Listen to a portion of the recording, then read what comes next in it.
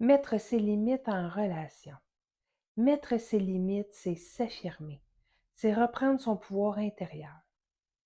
C'est dire non, même si tu as peur de perdre, même si tu as peur d'être rejeté. C'est se respecter pour être respecté en retour. C'est d'être à l'écoute de ses besoins.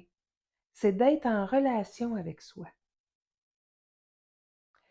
C'est de déterminer et de respecter ton territoire, ton espace physique, autant que ton espace intérieur. C'est défusionner pour retrouver son identité. C'est dire non à la performance, au perfectionnisme. C'est s'accepter pour retrouver l'estime de soi. C'est toucher à la paix intérieure. Comment mettre ses limites en relation sans se culpabiliser, sans se sentir obligé de se justifier ou sans mettre fin à la relation? Bien, c'est ce que je vais t'expliquer dans cette vidéo. Mais pour commencer, regardons ensemble qu'est-ce qui fait que c'est si difficile de mettre ses limites. Mettre ses limites, en théorie, ça semble peut-être facile, mais en pratique, c'est vraiment pas évident. Surtout si toute votre vie, vous avez été valorisé pour votre gentillesse,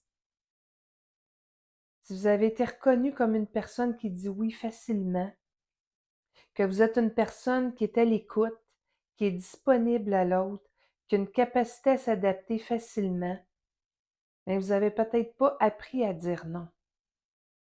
Vous n'avez pas développé le réflexe de vous protéger. Puis mettre ses limites, là, c'est comme clôturer votre cour arrière. Hein. Ce que ça dit à l'autre, c'est que tu peux venir jusqu'ici, mais passer la clôture, tu es chez moi. Mais mettre ses limites, c'est ça. C'est délimiter son territoire pour votre espace physique, puis votre espace intérieur aussi.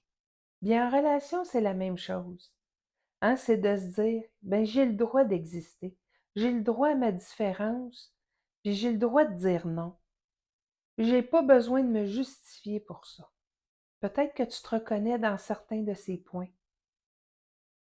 Peut-être que tu touches en ce moment à comment tu t'es oublié dans des relations. Ça te fait peut-être vivre des émotions présentement.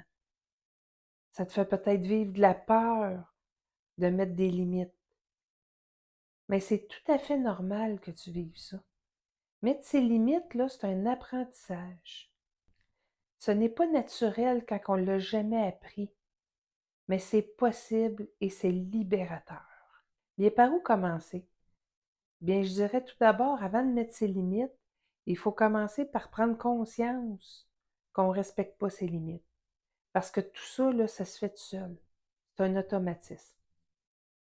Et là, je vais vous montrer des pistes qui vont te permettre de voir que tes limites ne sont pas respectées. Tu vis souvent du ressentiment, mais tu dis rien. Tu vas ruminer longtemps une situation que tu as laissé passer quelque chose qui te dérangeait vraiment. Ou tu vis de l'épuisement après une rencontre, après une conversation avec quelqu'un. Tu vis de l'envahissement. Tu vas être porté à mettre la faute sur l'autre. Tu vas te culpabiliser juste à l'idée de dire non. Tu vas faire des choses pour plaire, mais après, tu vas te sentir mal. Tu as l'impression qu'il faut que tout le temps que tu sois gentil, compréhensif, fort, tout le temps. Et tout ça, là, c'est des pistes qui t'indiquent que tes limites ne sont pas respectées. Bien, une fois qu'on est conscient, consciente, qu'on ne met pas ses limites, comment arriver à les mettre en relation? Bien, moi, je vous dirais tout d'abord, c'est d'écouter ce qui se passe à l'intérieur de vous. Que vous recevez une invitation, une demande de faire quelque chose, peu importe la situation, écoutez ce qui se passe à l'intérieur de vous. Est-ce que c'est un oui spontané? Est-ce que c'est un non spontané?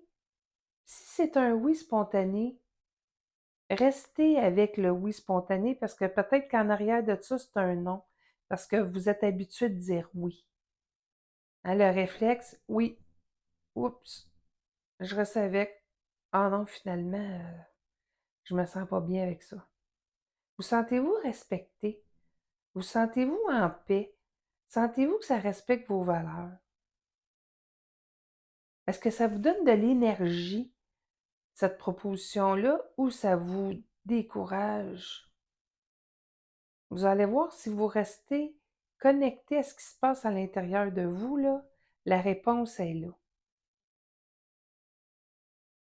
Ça, c'est vraiment le premier pas là, pour mettre ses limites. Écoutez ce qui est là.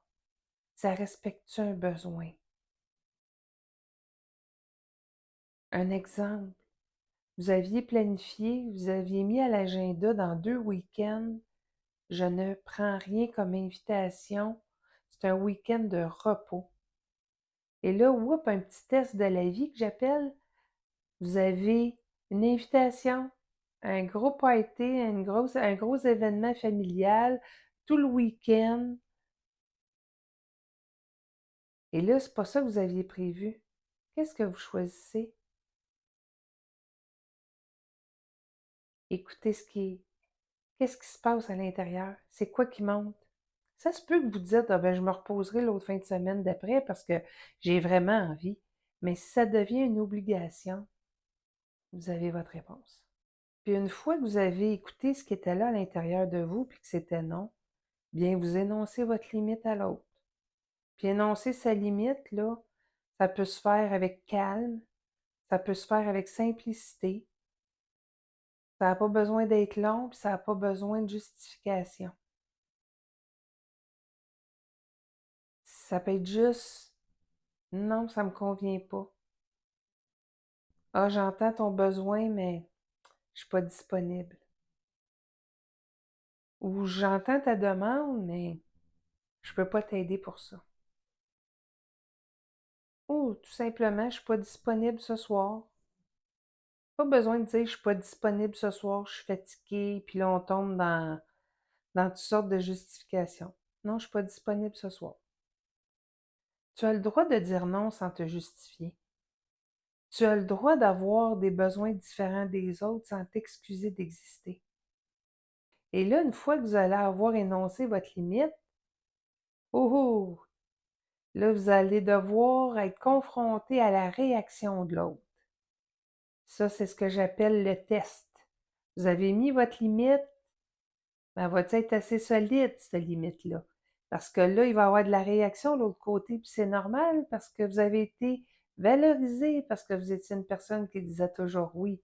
Fait que c'est sûr que les gens alentour de vous, ils accepteront pas le non comme ça facilement, là. Fait qu'il va y avoir de la résistance, il va y avoir du jugement, il va y avoir de l'insistance, puis il peut y avoir de la manipulation aussi, parce qu'on va tout faire pour que vous redeveniez la personne que vous étiez. On veut pas que vous changez, là. On vous aimait, là, comme ça, vous disiez toujours oui, c'était simple, là, pour n'importe quoi, c'était oui. Alors, puis ce que je vous dirais, c'est souvent les personnes qui bénéficiaient de votre fonctionnement qui vont vouloir que vous restiez comme ça. Alors, ça va être des tests comme ça, mais tu sais, oubliez pas, là, la réaction de l'autre, là, elle appartient à l'autre, elle vous appartient pas. Vous, là, quand vous mettez une limite, là, à votre job, vous, là, c'est de vous respecter. Fait que là, quand, là, vous mettez une limite, c'est pas pour faire du mal à l'autre. C'est quoi la réalité? La réalité, c'est que vous vous occupez de vous. Et si l'autre pense que vous voulez lui faire du mal, puis que vous n'êtes pas assez ci, puis vous êtes pas. Puis que là, il y a les jugements qui revolent, bien, faites voir juste que l'autre personne, de l'autre côté, là, est déstabilisée, là. Ça ne vous appartient pas tout ça. Ça y appartient à elle, pas à vous. Et vous, votre intention, là, c'est de vous occuper de vous. C'est pas de lui faire du mal. Et comme je vous dis, c'est vraiment un test. Hein? Comment rester ferme, puis comment rester solide avec sa décision de mettre sa limite, bien, ça va être de vraiment rester avec ce qui se passe à l'intérieur de vous. C'est un geste d'amour envers vous. Puis dites-vous aussi que Si vous voulez créer des relations authentiques avec les autres, mais il faut que l'autre soit capable de vous recevoir dans vos besoins, dans votre authenticité, dans vos limites. Si vous êtes avec des gens qui ne veulent que vous dépassiez vos limites puis que vous les respectez pas, ça sera à vous de déterminer si c'est ce que vous choisissez. Mais ça donne un petit signe, là. C'est un signe. Donc, c'est sûr que ça va vous demander de passer à l'action, même si vous vous sentez coupable, puis de rester avec votre culpabilité, puis de rester dans la réalité. C'est, il y a des gens qui vont dire, là, moi je le vois là, par expérience, là, même moi ça m'arrive, là, je vais dire, enfin, tu sais, ça fait du bien là, de voir l'autre qui met sa limite. Fait que les bonnes personnes vont être contentes aussi. Il n'y aura pas juste, parce que là, je montre le côté sombre de l'histoire, là, mais les personnes qui vous aiment, ils vont être contents aussi. Ils vont être contentes de voir que vous mettez vos limites. Fait que ça va être de jongler avec ça. Puis c'est pas parce que les autres sont pas contents qu'ils vous aiment pas, là. Mais ça va être vraiment de jongler, puis de rester là, bien présent, bien présente avec ce qui vous habite, puis avec cet amour-là que vous donnez à vous. Bien plus que vous allez rester connecté à ce que vous ressentez intérieurement, plus que vous allez rester connecté à vos besoins, à votre corps, à votre ressenti, plus que ça va devenir naturel, ça va être plus fluide pour vous de mettre vos limites. Puis vous pouvez entretenir ça. Hein, c'est comme un jardin là, qu'on arrose. Là. Mais pour arroser votre jardin, je voudrais vous suggérer quelques exercices que vous pouvez faire. Vous pouvez vous demander, là, lorsque vous êtes en relation avec quelqu'un, est-ce que je suis en train de me respecter en ce moment? Quand vous entendez dire oui, là, hein, oups, je suis en train de me respecter. Puis des fois, vous pouvez juste dire à une personne, je vais y penser, je vais te revenir. Comme ça vous donne un espace-temps pour, euh, pour regarder tout ça, pour vous connecter à vous, puis pour décider là, si c'est oui ou si c'est non. Puis vous pouvez aussi, parce que là, ça va arriver, là, c'est un réflexe qui fait longtemps que vous avez. Mais si vous vous rendez compte que là, oups, j'aurais pu mettre une limite puis je ne l'ai pas mise, ben vous pouvez noter, tu sais, dans telle situation, oups, je me suis fait demander si, j'ai dit oui, ou un patron qui vous demande quelque chose, votre conjoint, conjointe, peu importe.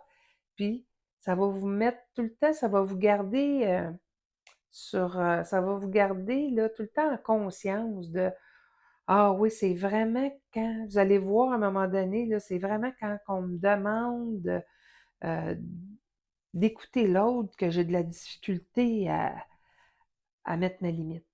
Vous allez pouvoir voir là, les circonstances qui font que c'est plus difficile pour vous de mettre vos limites.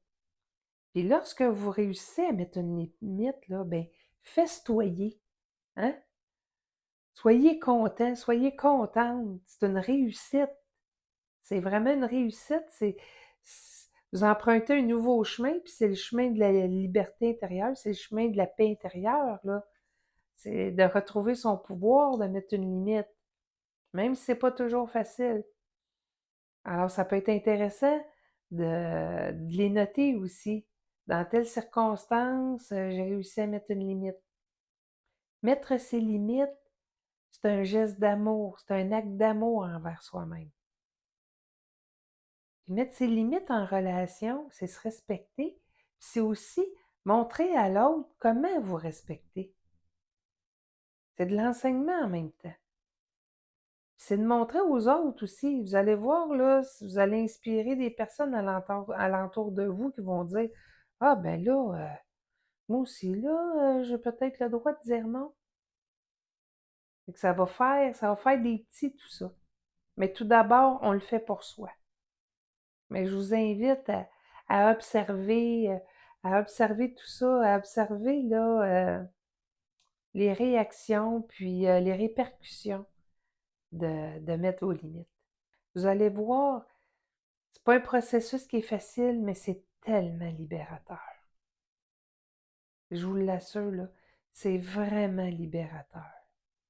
Ça fait tellement du bien. Et n'oubliez pas, comme tout nouvel apprentissage, c'est un pas à la fois. Et célébrez. Et si vous avez aimé la vidéo, bien, je vous demanderai un petit pouce, ça fait plaisir, puis ça m'aide. Je débute ma chaîne, alors c'est sûr que ça l'aide pour l'algorithme. Et si vous aimez l'ensemble de mes vidéos et que vous voulez continuer à me suivre, bien, je vous invite à vous abonner et à partager la vidéo à des gens de votre entourage que vous pensez qui pourraient l'aider. Et d'ici là, bien, je vous souhaite le mieux. Je vous souhaite d'arriver à mettre vos limites un petit peu à la fois. Tout ça pour mieux se connaître, pour mieux aimer et mieux s'aimer et prendre le chemin de la liberté intérieure. C'est ce que je vous souhaite de tout cœur. Merci d'avoir été là et à la prochaine.